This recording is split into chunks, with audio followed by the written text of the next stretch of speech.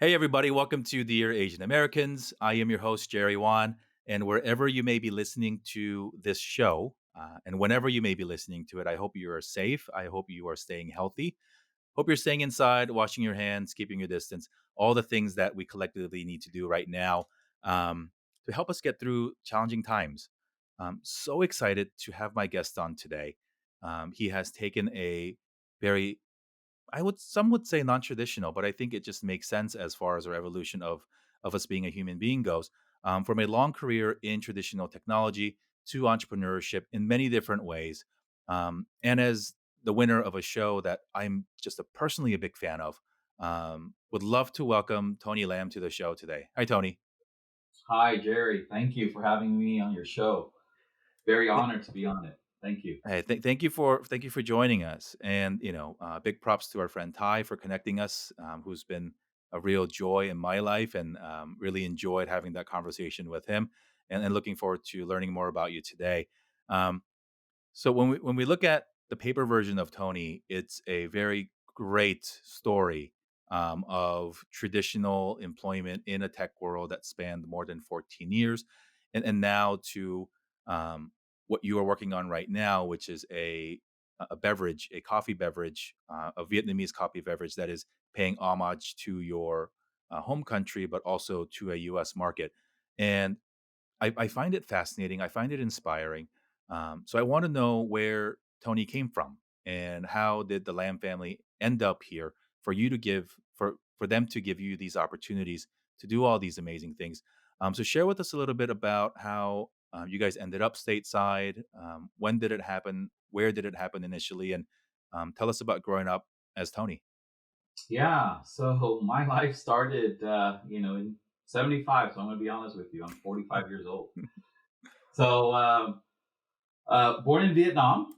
And 3 months later, fall of Saigon, a very big moment in the history of Vietnam, where the U.S. troops are pulling out of Vietnam, telling, the Southern government, Southern province, like, guys, here's your opportunity to leave the country. Being 3 months old, it was a very tough decision for my parents.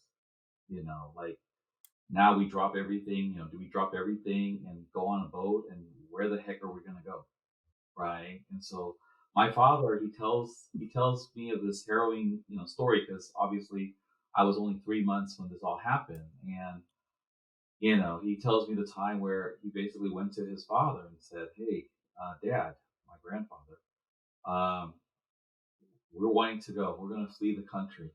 And my grandfather at that time says, "No, I'm just going to stay. I'm going to stay behind. Your brothers, your older brother and sister, they're going to stay with us. I want you to leave my grandson, which is me, to stay behind, so that you and Van, which is my mother, you guys can go, but he's just too young. He's not going to make it." Mm.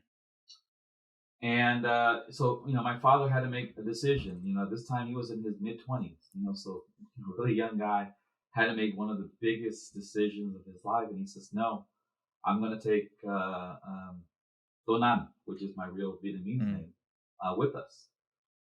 So they essentially dropped everything, and hopped onto a boat.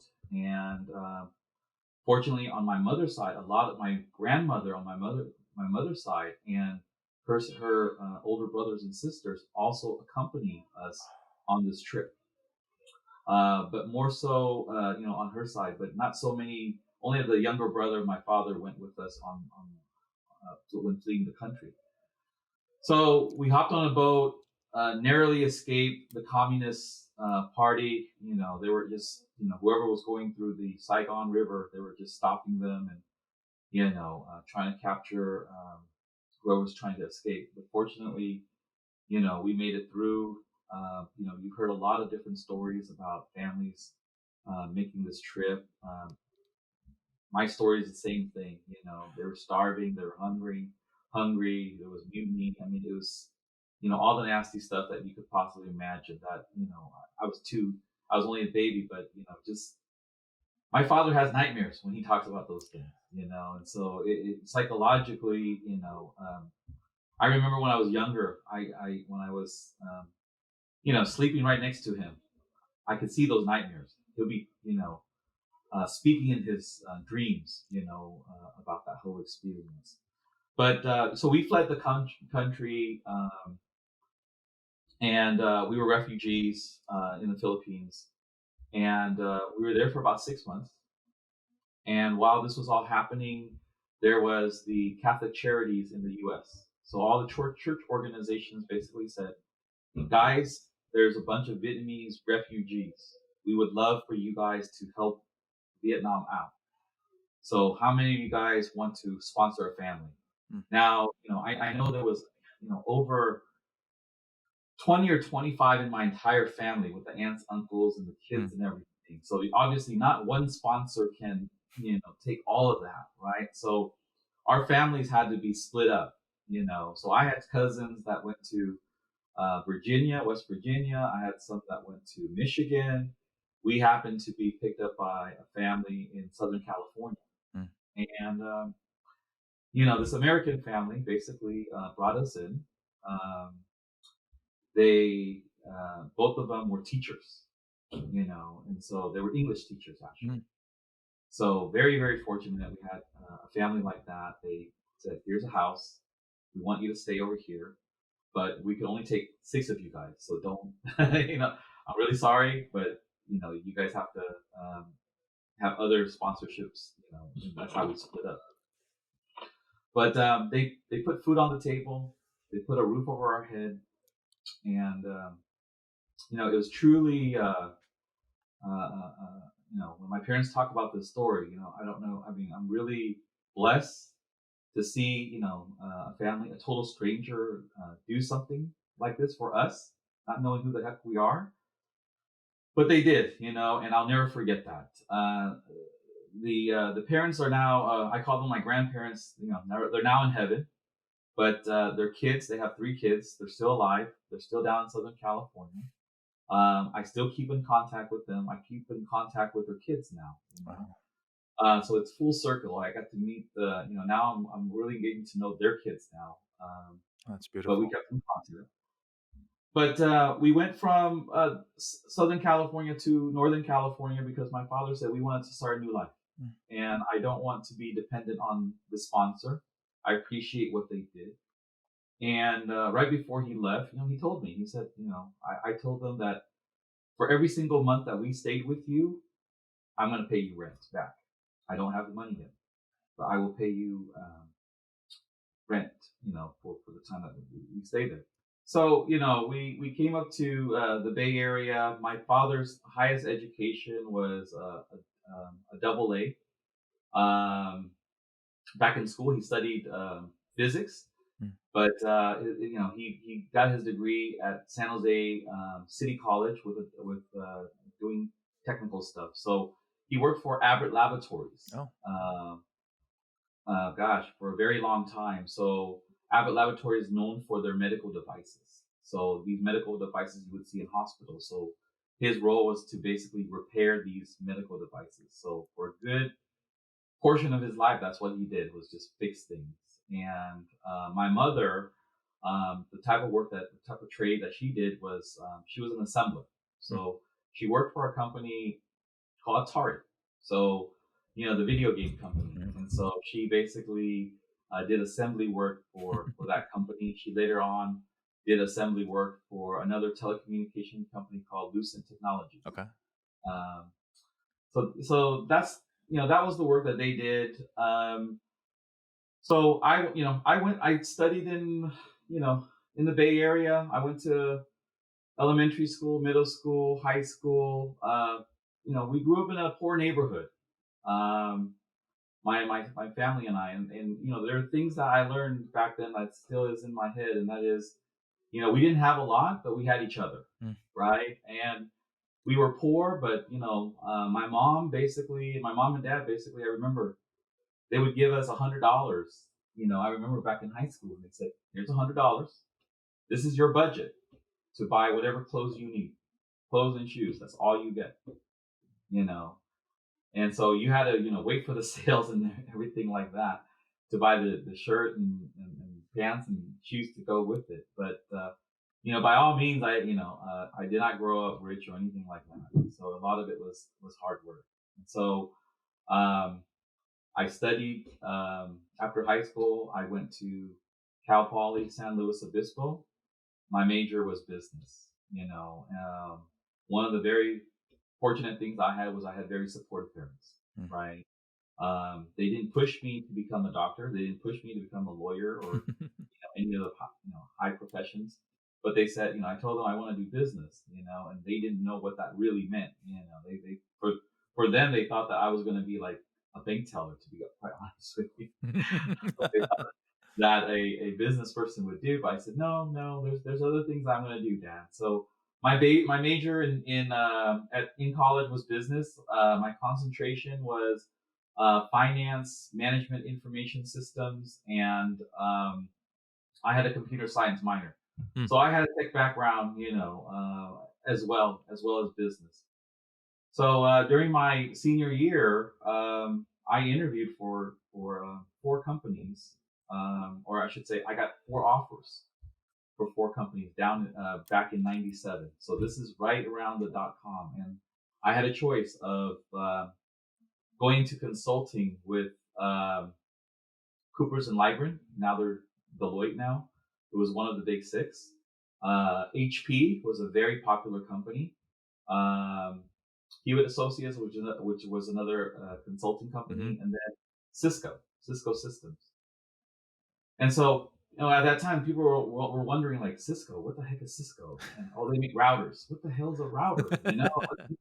Why wouldn't you want to work for HP? They make printers and they make computers and things like that. And I have no idea what the router is, but it's the backbone of the internet. Right. And the internet was just coming out during this time, right? And so the internet boom was just coming out, and so I accepted a job with Cisco. My salary at that time was $42,000. I basically made double what my dad was making. Yeah. And it just shows you, back then it was a little crazy in terms of the salary differences. But anyways, I worked at Cisco for 14 years during Wow. that time, and That's I rare had a now.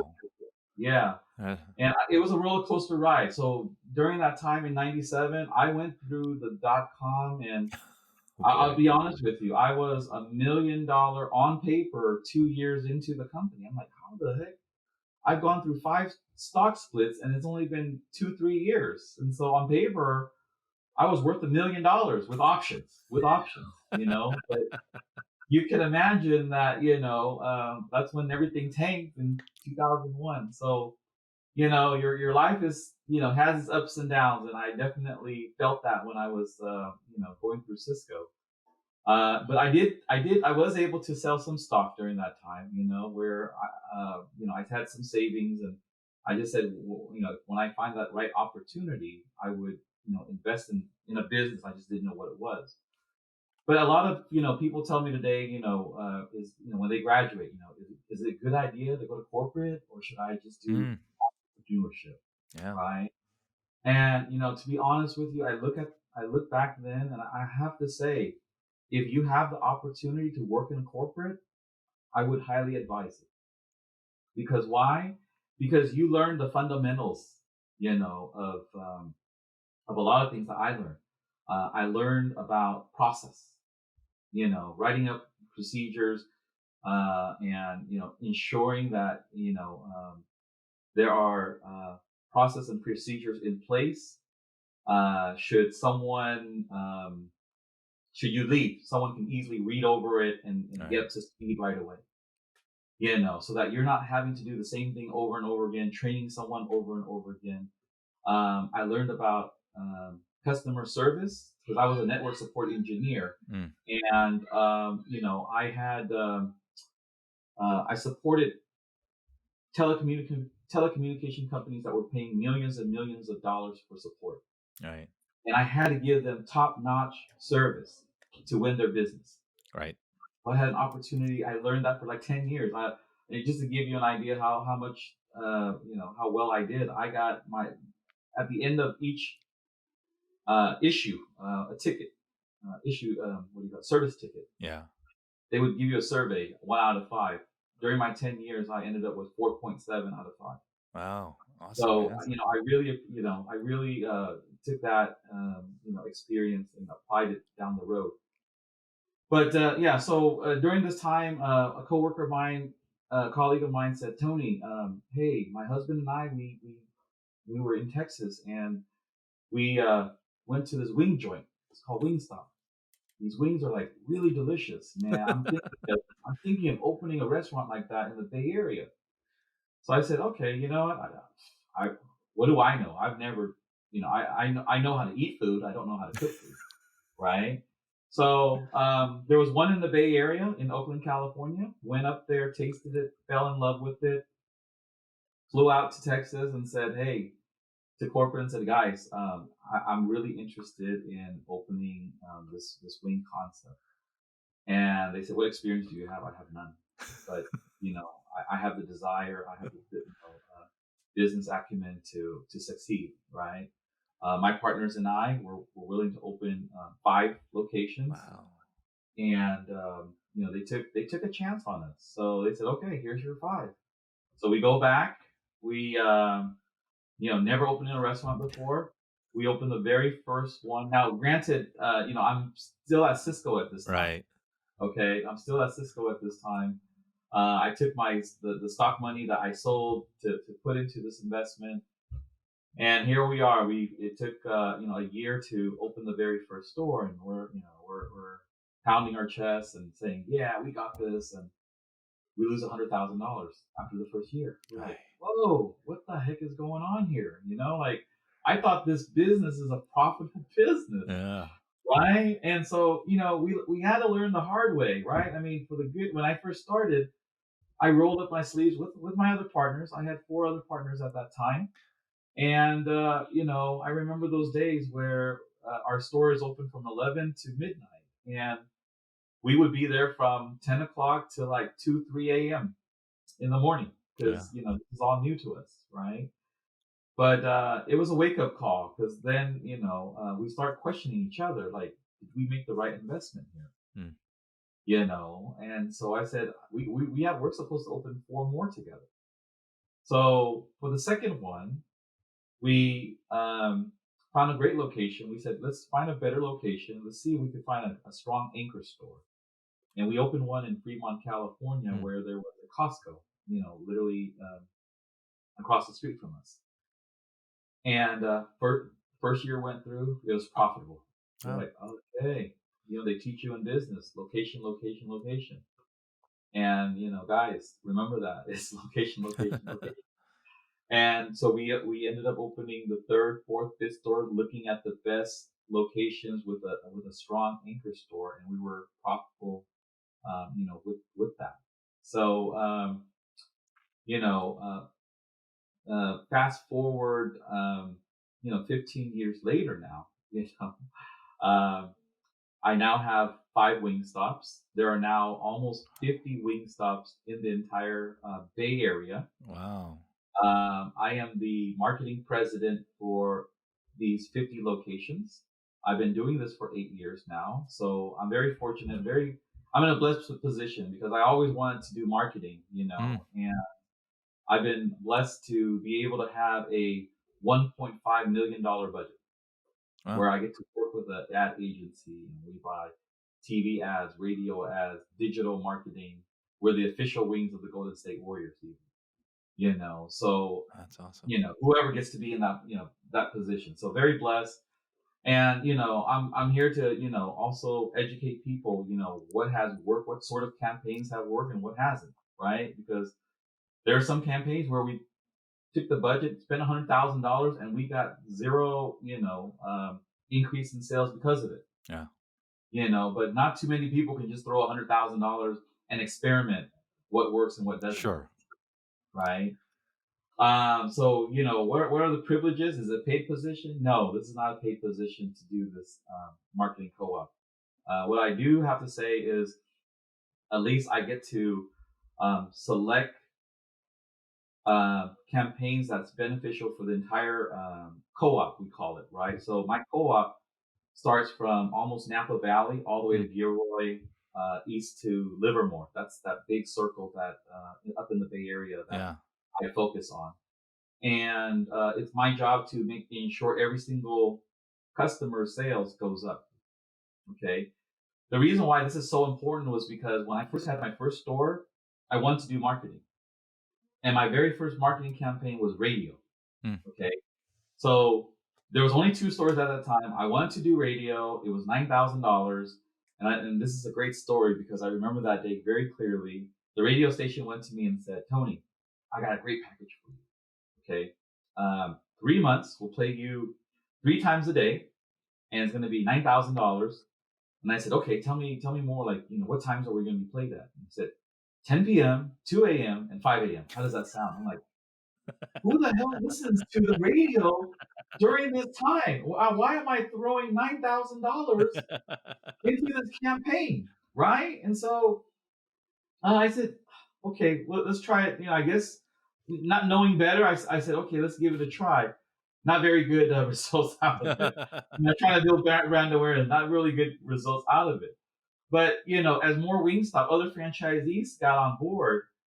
I kind of said to them, hey guys, I want to do radio. Can we combine our marketing budgets together? And they were like, no, you go ahead and do radio. But it's unfair because I want to do radio. They might not Right. want to do radio, but they're only 3-5 miles down the street from me. So it's not like I can go to the radio station and say, hey, restrict the airwaves 5 miles away. So they're benefiting from this, Right. right? Then so then that's when we said, hey, we're gonna form a co-op, Mm. and everybody needs to pull their money into this bucket, and that's how we're able to get this That's million beautiful. dollar budget. Yeah, and so now we get played on the radio at 11 a.m., Mm. 5 p.m., 8 p.m. during the times People you get know hungry. people get hungry. You see? So if people, a lot of entrepreneurs, they said, Tony, I want to open a franchise, right? And the very first advice I tell them is, guys, you got to build that brand awareness. Yeah. It's so important. You might have the best product out there, and I truly believe we have the best wings, in the world, not in the U.S. market, but in the world. That how do you communicate, or how do you reach out to your customer is really important. Your $9,000 annual budget is not going to do that. It's not Mm. going to have it. So that's why you invest in a franchise, or if you plan on opening a franchise, you tell those franchisees to put their money into a bucket to do that.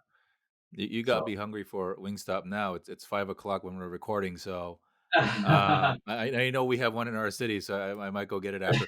Um, so you started Wingstop and started investing in restaurants. Not again, as you mentioned, not as your primary job or source of income, but in addition to your day job at Cisco. Um, how far into the Wingstop venture did you leave Cisco, and was it then to focus on the restaurant stuff full time? yeah, good question. After I opened my fifth location, which I signed up for, 1 year after that, that's when I left Cisco Wow. to focus on the restaurant business, 100%. But people will tell you, Tony just doesn't sit in one place. He's always thinking. And so I did have that itch again to go back into technology, Mm. and so while Wingstop was, sort of on autopilot pretty much after opening the fifth store, I wanted to see what are the other opportunities out there. And so one of the things that I did was a partner and I created an app in 2011. That's when I left Cisco after 14 years. And iOS came out in 2000. Sorry, the iPhone came out in Right. 2007, and the internet. The App Store was gaining traction of people wanting to develop apps. And so Yeah. my partner and I, she left her company, and I I was only with Wingstop at that time. We um, worked on a project where we were building an app that allow you to book with service providers. So we want it to be the one-stop shop to book your dentist appointment, your doctor's appointment, your kids' activity, Mm. even your restaurant. You would go to our app to be able to do that. So we would be the one-stop shop. So we worked on that with a team out in India to develop this. And we had a chicken and egg problem, and that was the service providers would ask us, "So tell me, how many users do you have on the app?" Right? And so we would say, "Well, I got about like 30 users." They're like, "Well, that's not enough." And then the users would say, "Well, how many service providers? How many dentists, doctors, and all that do Yeah, you have?" yeah. Yeah, I got about like 50. Well, I don't even see my doctor on there, Tony. So you had this chicken and egg Yeah. problem, trying to get users. And so yeah, I'm learning quite a bit at this point because back then I didn't know what user acquisition was Mm. because it's only been 4 years the iPhone came out, Right. and it costs a lot of money. Even though you might have a great app, it costs a lot of money to acquire a user.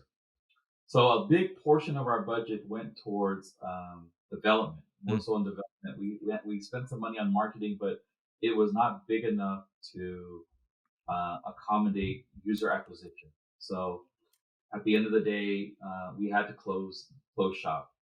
And I do believe in faith, right? Because that company that developed our app hired me to lead their program management. Mm. So for the next 5 years, I got to work with the high tech companies again, the Uh, Intels, the Verizon, the Gilead Science. I mean, I was a contractor and I was, running the enterprise mobility, projects for these large companies. Now, during this time, the whole app craze started to take off. And so there's all these now young entrepreneurs out there saying, I got this great app idea. And having gone through that whole process myself back in 2011, these guys would come to me and say, "Hey, Tony, you have restaurants. Can we somehow work together? Can mm. I test my app on, at your store and everything?" They're all related to, one was a labor force app, one was a voice ordering app, one was, um, what was it? Uh, Phone ordering as well. So, these guys, they wanted to get into the hospitality. So I kind of jumped on board, worked with them in developing the app and helping them get their apps into more in the restaurant industry. And so now I sit on the board for five of these tech app companies today.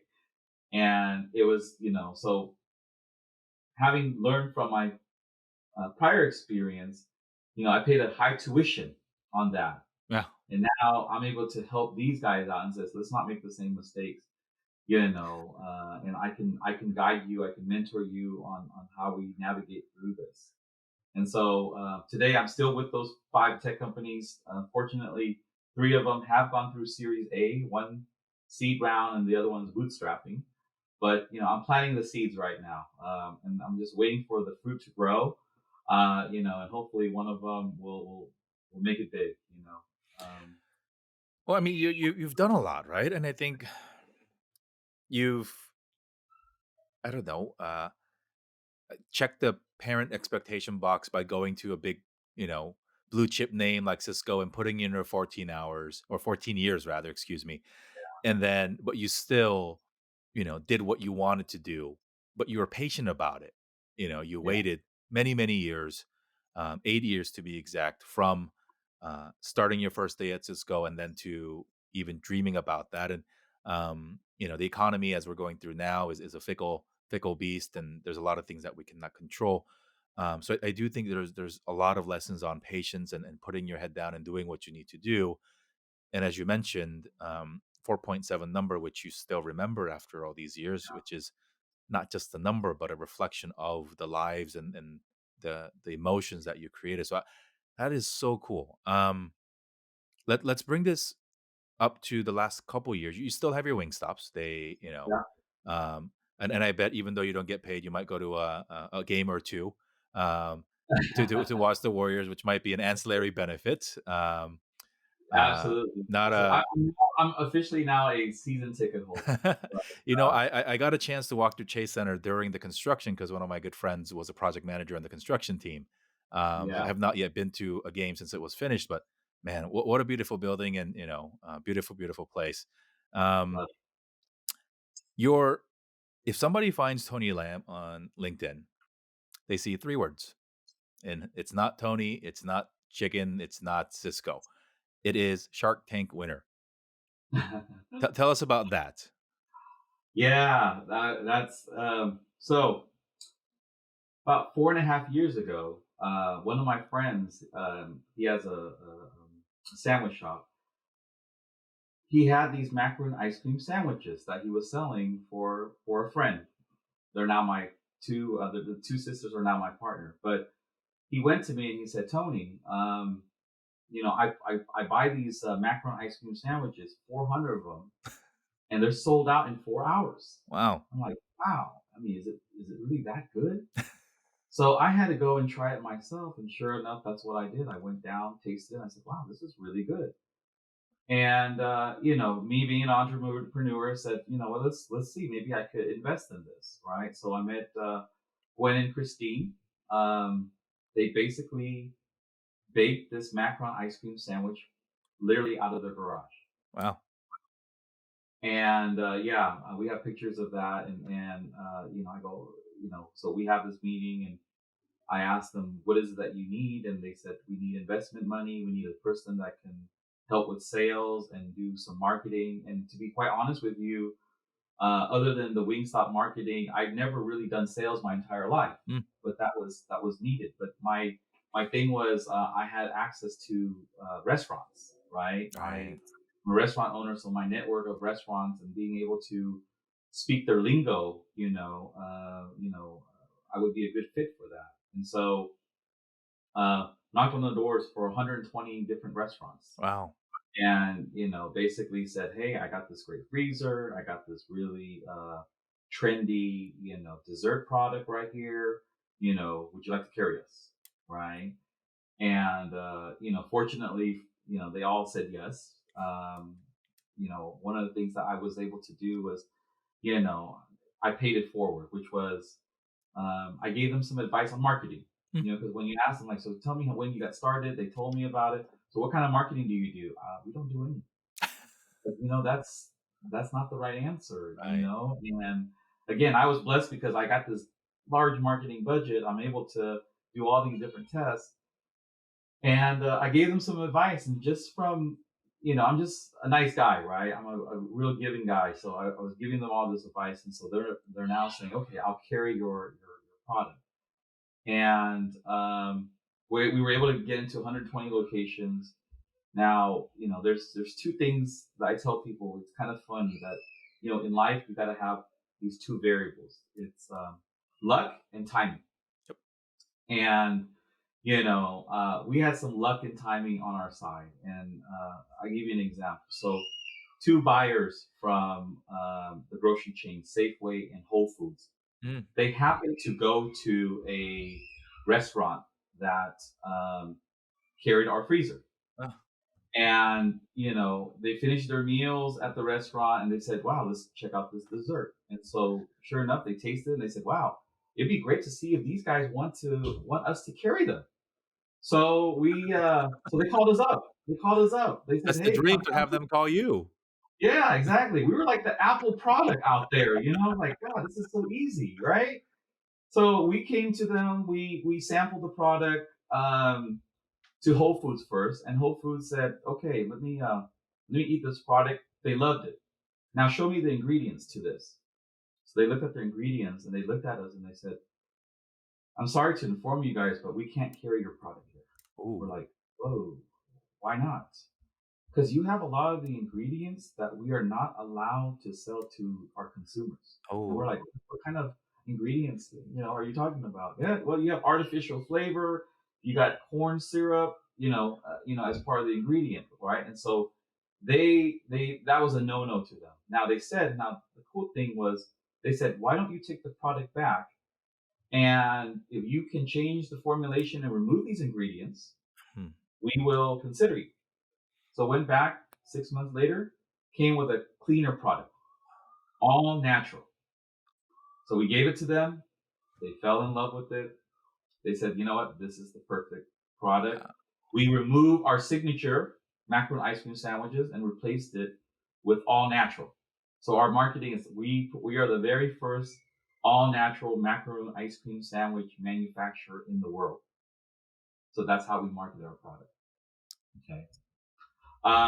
So Safeway said, well, if Whole Foods said yes, then we're gonna say yes. You know? That makes sense.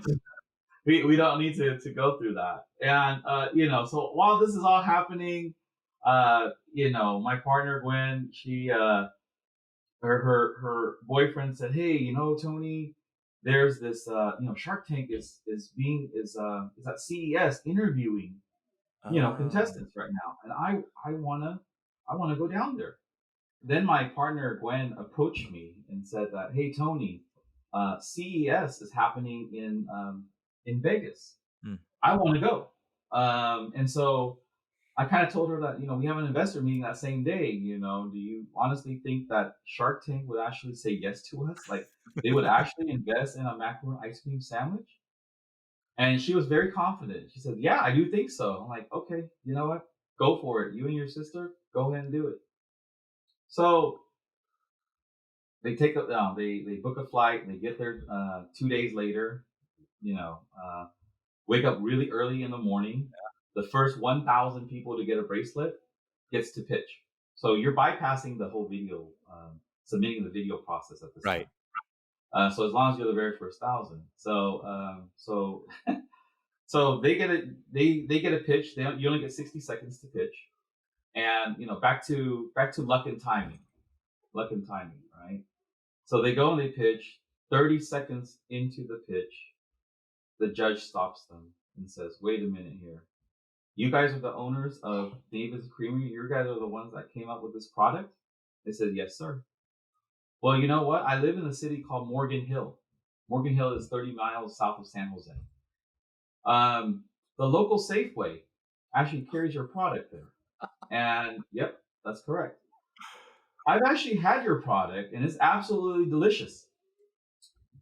And, I know they were disappointed that they didn't get to finish the other 30 seconds of their pitch. But we ended up getting to the final round.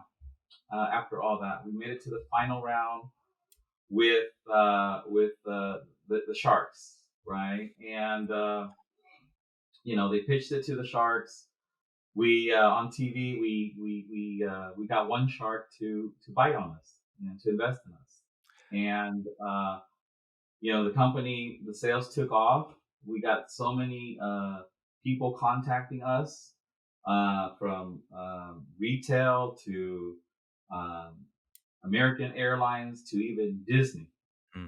And so in 4.5 years, you can imagine, like, from starting from a garage to striking a deal on Shark Tank is a fairy tale come true.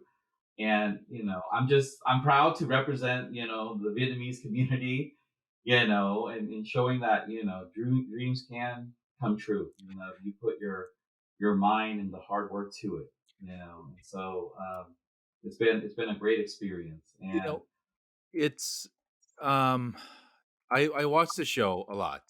Um I love the show, and it is one of these moments where when you see I've watched I can't say I watched every episode, but I watched a lot.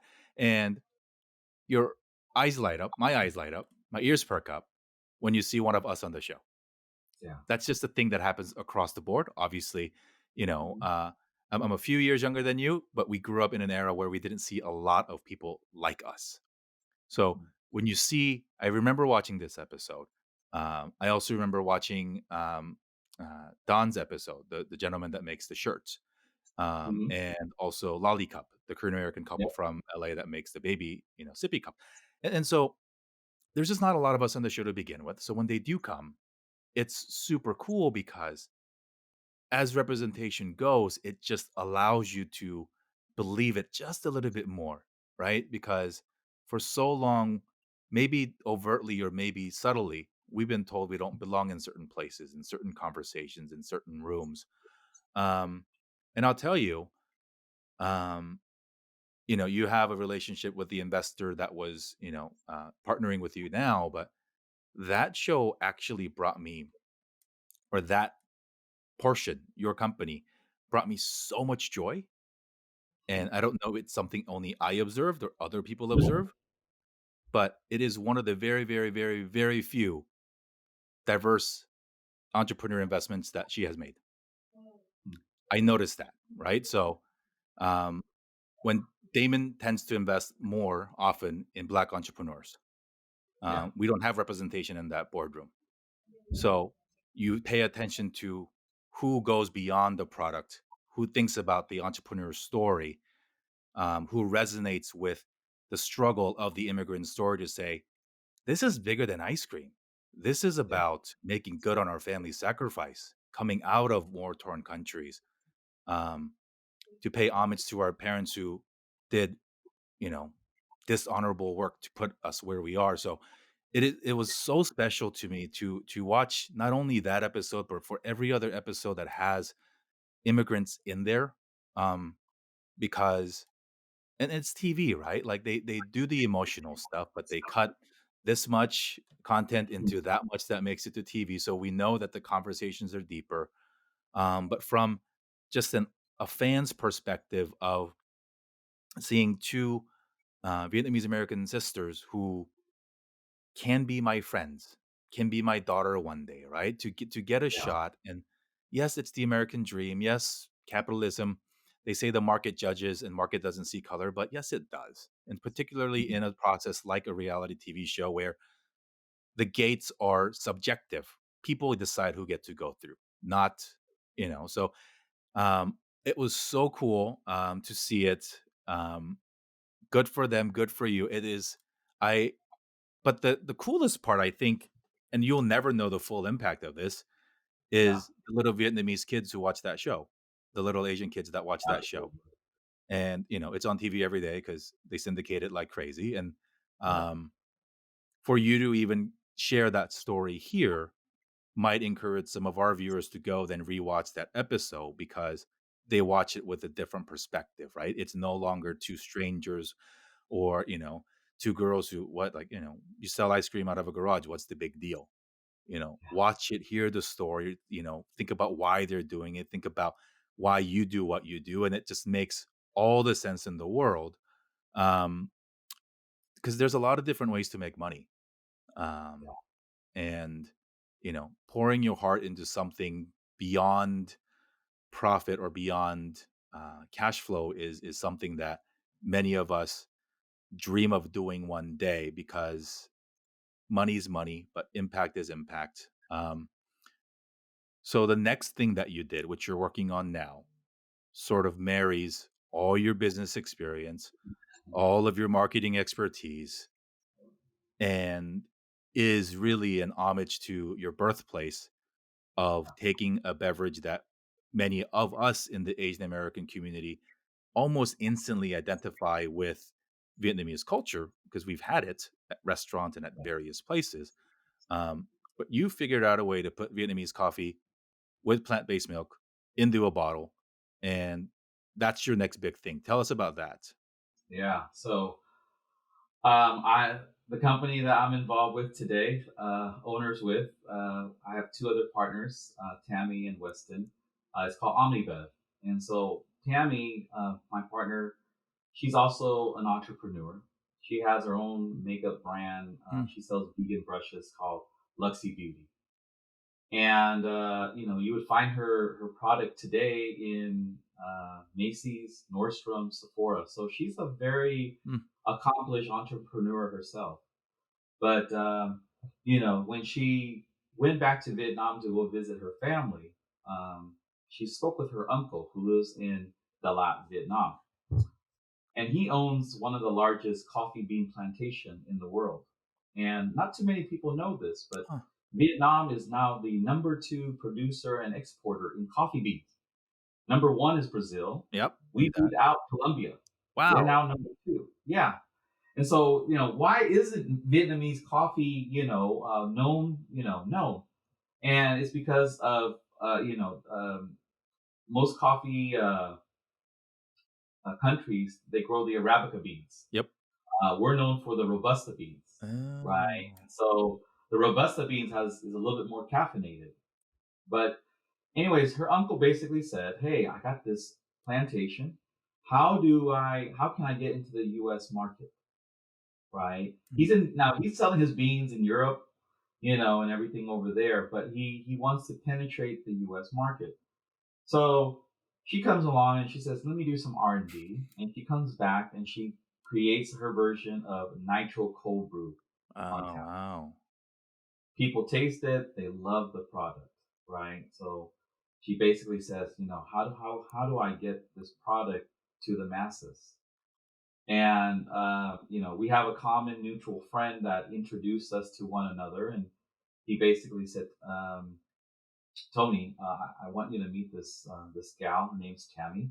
She's been in the makeup industry, beauty industry. She needs help. She's got a food product, coffee. Is this something that you think you can help her with?" And I said, "I'm more than happy to help, anybody, And so I sat down with her, and I have to say she does a really good recruiting job, because she basically told me, "Tony, I have this product. Think about this, Tony, that people drink either every day or twice a day. This is the opportunity, right?"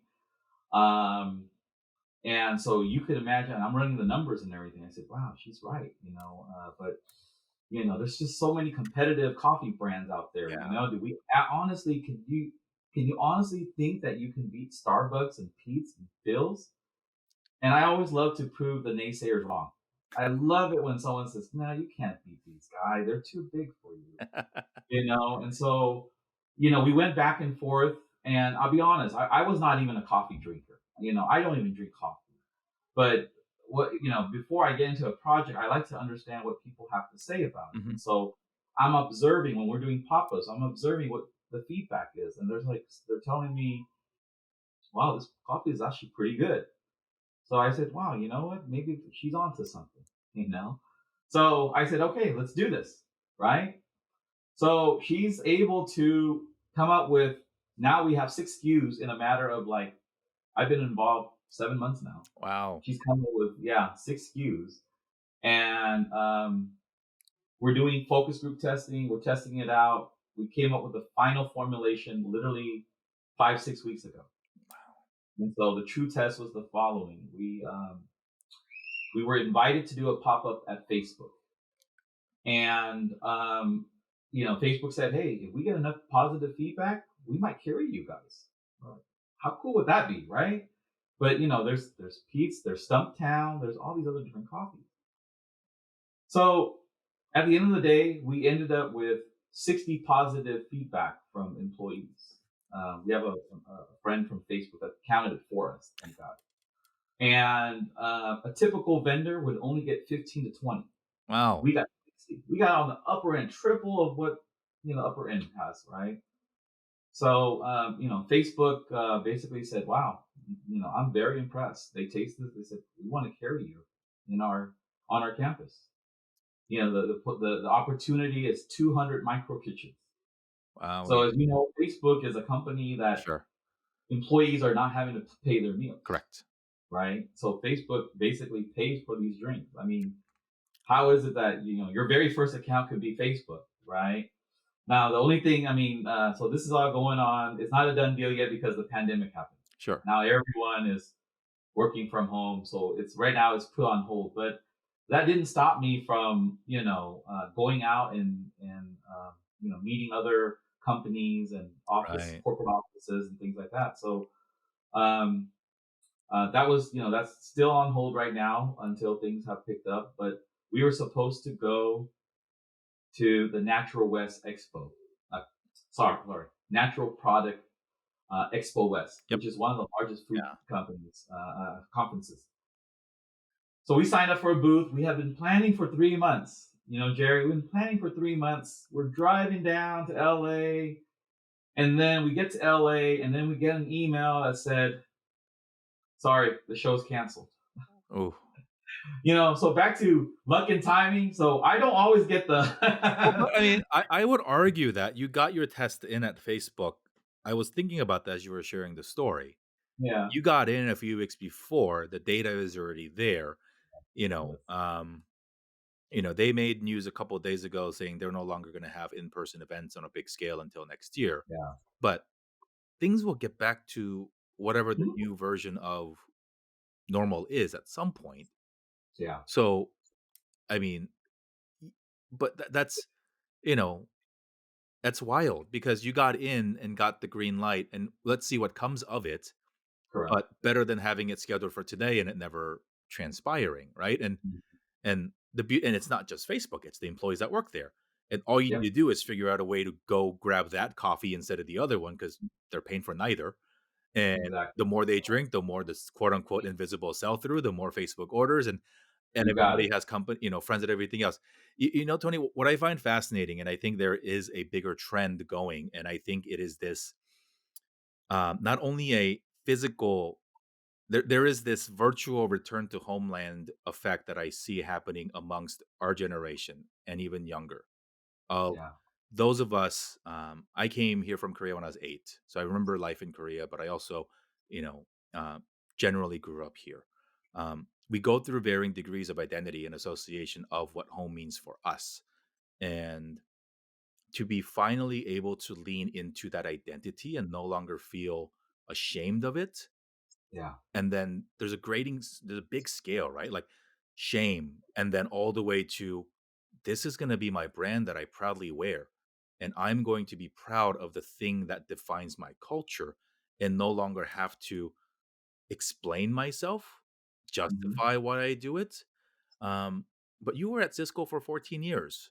I've worked for very large companies and regular American companies for about that time too, right? Like there's a tendency and almost pressure, not just from our peers, but sometimes even from our own families to uh, don't maybe not suppress the Asian side, but don't flaunt it. Just keep your head down and blend in. And this is the you know don't pack your kimchi for lunch to take to school sort of conversation, right? Like, Mhm. but I do see and I hope that conversations like this really inspires even more.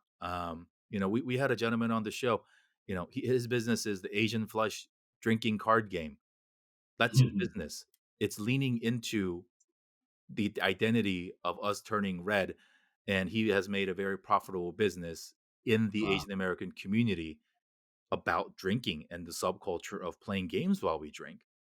That's amazing, right? Like, and this, far beyond that, the evolution of then feeling proud to build a business around what makes us who we are and not feeling ashamed of quote unquote monetizing your culture or selling out or none of that matters because we and especially with our children that are going to grow up here, Yeah. we need them to see our stuff on quote unquote American supermarket shelves for them to understand that we belong here, that you don't only find OmniBev at 99 Ranch, and that you should, you know, um, and we're still, I came as a kid too, so like, very first time I saw kimchi at Costco, I was like, oh shit, we made it, you know?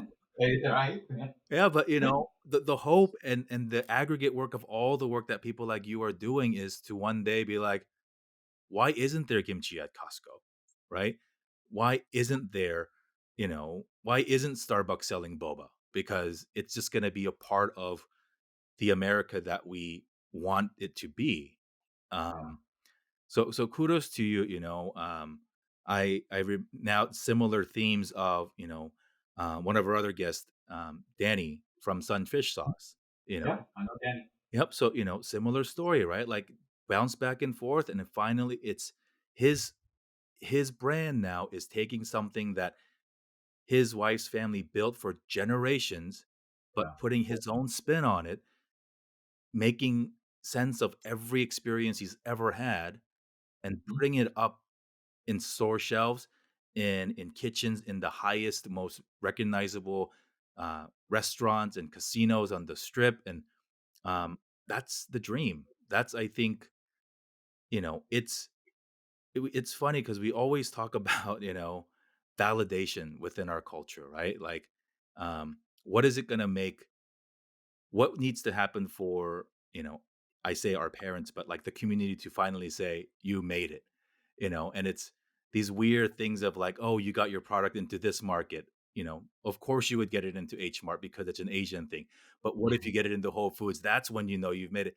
And I hope, sure, we still play upon that a little bit, but why not? Like, I look forward to seeing brands like yours not squirreled away in the Asian food aisle, that I hope to see your food prominently displayed out front with no distinction that it is an Asian thing or an Hispanic thing or anything, because it's just food. It just happens to have its origins in a different part of the world. So, man, there's so much. I know that I'm going to continue to learn from you as we continue our friendship, and so I want to thank you. Um, Before we wrap up, I know you've just given us a very, very short version of all the lessons that you've learned running multiple franchise restaurants. We didn't even talk about your seafood restaurant. There's so much that you're involved in. Um, as we go through this thing, pandemic, economic impact, all that stuff, you are experiencing yourself. But for the sake of argument, you are a seasoned veteran in the game and you've seen other ups and downs. Mhm. Share with us some insight and give some perspective to some of our, I don't even want to say younger brothers and sisters, but people who are newer in the game, newer entrepreneurs for whom this is their first big test, a hurdle, and just give them some calm, give them some perspective, or let them know it's okay to freak out. Yeah, yeah, yeah. So I mean, in the food space, I mean, restaurants are definitely they're getting decimated, right? And you know, I have an opportunity here where I own a franchise that's a huge brand, and I've also built independent restaurants, right? Um, the thing here is WingStop was built for takeout. So actually, WingStop actually did pretty well in this pandemic. We actually our sales went up. Hmm. Whereas my two other restaurants, the independent ones, are not very big brands. During the pandemic, we were down 70. I mean, at least 70 to 80% down in sales. So you know, we had to we had to quickly think about what do we need to do because one of my restaurant is a sit down restaurant, seafood sit down restaurant, you know, and so how can we need to pivot and how can we bring our sales back up, right? And so my two partners, Nelson and May, I mean, really creative. They said, okay, this is what we're going to do. We're going to change our menu for takeout. That's one. Two, we're going to promote it through our social media. We have over 8,000 Instagram followers out there. Let's let them know that, you know, we're still open. You know, during this pandemic, we're still open. We didn't close. So let's get the word out. Let's run some advertising, right? Third one was, you know, this is where you have the community come together, right? You got these frontline workers at hospitals, you know, Mm, sacrificing their safety, you know, to help patients. You got these laid off restaurant, you know, colleagues, of ours, where they're being laid off because there's no business where they're currently working. And so these two, came up with they put their thoughts together and they said, hey, you know what? Um, let's find an organization mm, out there that we can work with, that are, you know, we can collect donations, or they want to make a donation on, these philanthropists, these donors, these nonprofit, where they're wanting to help restaurants stay afloat and we'll make the food for the frontline workers. Mm. That's what we did. So until there's some money right now where we're being that's our source of income. They're paying us to make the food for the frontline workers. So we had to pivot, and figure out how can we bring other revenue stream, during this pandemic. And so, a lot of the entrepreneurs out there, I tell them is like, you got to pivot, you got to come up with something very creative. Most importantly, on Facebook and also with my restaurants, I told them, I said, we need to double down on Facebook ads. Mm. Because why? Because couple things that we got going on here is one, Facebook ads, the pricing to place ads has gone down significantly because no one can go shopping and everything. Right. So this is our opportunity to Arbitrage. promote. Yeah. Everyone is in shelter in place. So that means that everyone, all they're doing is going through their social media, Yes. right? Oh, it's 11 o'clock and I just saw WingStop. I saw, Tony's Alamar, restaurant just come. That looks delicious, and you promote that you do delivery or takeout. Yeah. You know what I'm saying? So you have to double down on ads. I mean, yes, you might not be making money right now, but you got to do that so that people know that you're out there. Right. And that's exactly what we did. And so we've narrowed our losses of my other two stores to less than 30%. Wow. We were going from 70 to 80 to less than 30%, and it continues to get better, as we go. But that's what I tell the young entrepreneurs, like, don't panic, guys. Let's you got to put on your thinking cap, and you got to figure out, like, I see some restaurants today, they're sit down, they change from sit down to now meal kits, Yeah. right? I mean, that's how you should think about, like, Yes. your business. Like, okay, guys, obviously this pandemic has happened. It makes you think about, like, in the future, should it happen again, Yep. you're now better prepared, Yeah. right? So those would be the advice that I would give the entrepreneur in the food business, the restaurant experience, It's restaurant. it's so inspiring. We've had Stacy Kwong on the show. She runs a chain of boba stores, and she's making boba kits for home.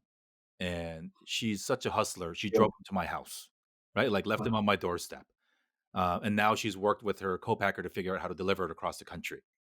But in the break time, right? In the time that it took for her to get that through, she literally packaged up hundreds of these things, made a Wow. delivery schedule all across Southern California, like made a factory out of it. Yeah. And I don't even know what the margins were because I can't figure that out, right? Like, because Yeah. it was too cheap as far as I'm concerned for what they did to produce it, right? But it keeps the cash flow going. It keeps her employees Mhm. engaged, happy, and we have our brother Wing from Wahoo's down here, who Yeah. every day, I cannot believe this man. Every single day, he's at another hospital, at another office, dropping off boatloads of food, Yeah. high five. It's ridiculous, right? And here's the thing: you're not doing it for this reason. Neither is Stacy, neither is Wing. But people remember this stuff. And Yeah. when things go back, you will get rewarded because the Mhm. people who are doing good are being noticed. The Yeah. companies and the organization that are using this as a cover to do mean things and bad things to their customers, and people are taking notice. We can't really do anything right now, but this is not a time to hack the system. This is not a time to be opportunistic about what can you do. Lead with your heart. Keep your people employed. Feed the Yeah. hospital workers. Um, you know, Ty's out there delivering boba, right? Like it's Yeah. everybody's doing what we can. And so in Mhm. one side, it's like, why do they need boba? Well, it's something, it's a thank you, it's a treat. But guess what? Somebody had to work to put those two together so we can put money in their pockets. Yeah. And if you're listening and you're not a business owner, you're you're lucky and you're privileged to have a paycheck that still clears every 2 weeks and Mhm. you're working from home. um, you're not helpless either. Figure out a Yeah. way, go on Facebook, join some Facebook groups, find some friends, ask, who can I help? Who are the invisible helpers in our community right now that or actually supporting the supporters, because we don't hear about that a lot. We hear about the masks donations. Great. We hear about other things, direct help to hospitals. That's, of course, absolutely important. But the second wave is if we don't uplift the grocery workers, the hospital workers, the postal delivery people, if they go, the system breaks too. Yeah. And our system's not built for that to be a prolonged thing, right? So, um, thank you for what you do. You lead by example, in getting ready to have this interview with you. And again, much thanks to our brother Ty for making the connection. I've had a very, very front row seat, as your Facebook friend, to see what you post, to see what people say to you and about you. Um, it is, I feel very lucky to have gotten to know you in this brief time. Looking forward to all the conversations that we're going to have. You've already knocked it out of the park, and now you are using everything that you've earned and have built to not only do something that will make your grandparents proud, because can you imagine our grandparents seeing our stuff Mhm. in America? Like, Yeah. crazy, right? Like, yours went through war, mine went through war, mine went through occupation. This is bonkers stuff. And it Yeah. also really puts into perspective the stuff that we're being asked to do now compared to what they were forced to go through. Like, just stop, stay home. That's it. It's Yeah. okay. Or people with your DNA and your blood who share your genes went through far worse for you to have that privilege. So, I know most people are out there are being super helpful. So, look, if you're up in the Bay, order from Alamar. 10% of the wing stops are Tony. So, order, and you got a 10% chance of putting money into his employees' pockets. Take a wild guess. Go buy some ice cream from Maven's. But look, overall, um, the best way that we can help right now, and while everybody needs help, I think as a community we need to come together and start thinking about putting dollars back into our community. These are ultimately our brothers, our sisters, our cousins, our sons and daughters. And if not them, it's because people are building businesses to support those people. So, um, can't say it enough. Thank you, for making time.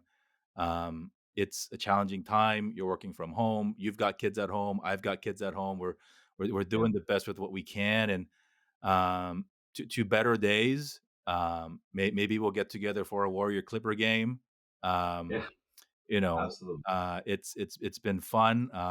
And so, Tony, I want to end the show in the way that we end all of our shows, which is, a nod back to the name of the show. Um, Dear Asian Americans is a love letter to us and from us, and more importantly, for us. These are the words that I wish I had heard 20 years ago, 30 years ago.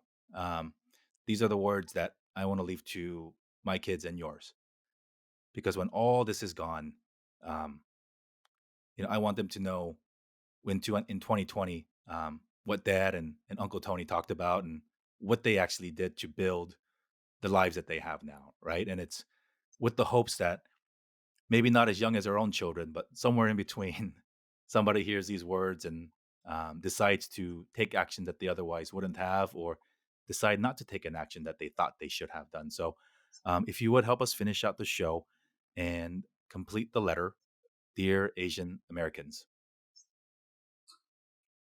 I want you to be inspired to follow your passion, to ignore all the naysayers that tell you you can't do these things, that it is possible to make your dreams, come true. That's, yeah. I think that, guys, if I can do it, anybody can do it. I'm no different than, any of you guys.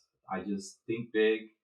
I follow my passion, and I give it all I have. And one last thing I tell them is make sure you pay it forward. Look out after your brothers and sisters out there who are struggling. Always. Thank you, Tony. Um, it's Friday evening. It's time for some chicken wings, and, to better days. It's funny. I started this show about 6 weeks ago, and I'm meeting most of my guests virtually now. Obviously, it's the safer thing to Mhm. do, and I keep having these visions of having like a super delayed launch party for the show when all these things are over. But it's just going to be so fun to see everybody for the first time because we're getting to know Yeah. each other on such a fun and deep level through these conversations. And I mean, I told Wing, I was like, shit, I might rent out the whole restaurant one day and just, fish tacos and beer for everybody, right? And or we'll just have like a giant potluck of everybody bringing their own. I don't know how it's going to happen, but it is in these challenging times, I am glad that we could get FaceTime with you virtually of somebody who's generally super busy building his own empires, and you share this with us off camera, but this is like the 10th show that you've done in the last 2 weeks. So as busy as you are, as a family man, as a businessman, as an employer of trying to keep everybody healthy, you prioritizing your time to make sure that you can share your story with the rest of us to pay it forward, as you said. Really, really, from the bottom of my heart, thank you. No, you're very welcome. Thank you for having me on the show again, Jerry. All right, Loved it. thank you. Every moment. Talk Thank soon. you. Yep. Bye.